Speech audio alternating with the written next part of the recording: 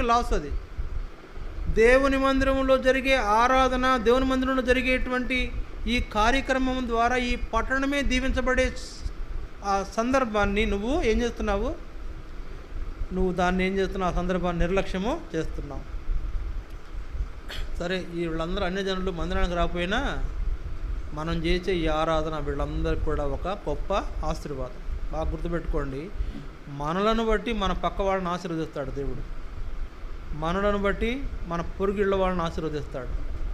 మనలను బట్టి రాబోతున్న కీడును, మనల్ని బట్టి మన ఇరుగు పొరుగు వాళ్ళు కూడా కాపాడబడతారు. సంగతి తెలుసా మీకు?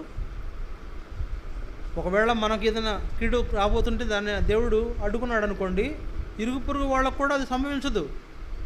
ఒకవేళ మన మీద కీడు వస్తే మనతో పాటు ఇరుగు పొరుగు వాళ్ళు కూడా ఎఫెక్ట్ అవుతారు. ఎప్పుడైనా అర్థం చేసుకున్నారా?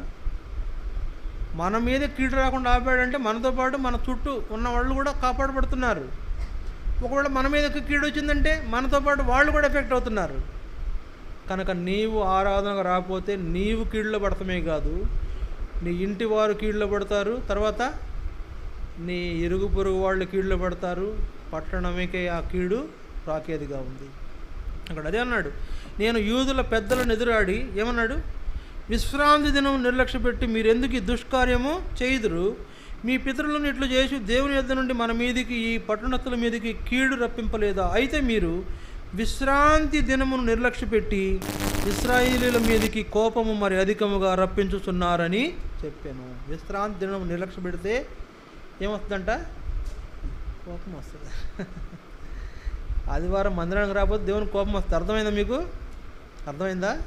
మేము రండి, ఎందుకు పోగొట్టుకుంటారు? పోగొట్టుకోబోకండి, నష్టపోబోకండి. మందిరానికి వెళితే దేవుడు దీవిస్తాడని మిమ్మల్ని దండాలు దాస్కాలు పెట్టి చెప్పే కారణం అదే. మీకు పదే పదే మొత్తుకునేది అదే.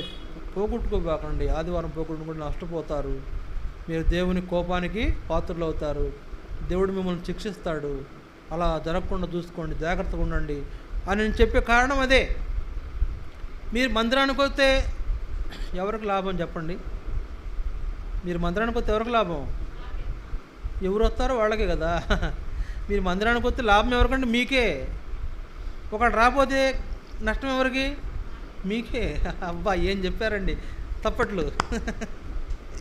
బాగా తెలుసు, అన్నీ బాగా తెలుసు, కానీ ఒక్కడు కూడా ఆచరణలో ఆచరించలేకపోతున్నాం. మందిరానికి రాకపోతే నీ మీద దేవుని కోపం వస్తుంది అనేది పక్కాగా చాలా క్లియర్గా అక్కడ రాశారు. ఏం నిర్లక్ష్య పెడుతున్నాం?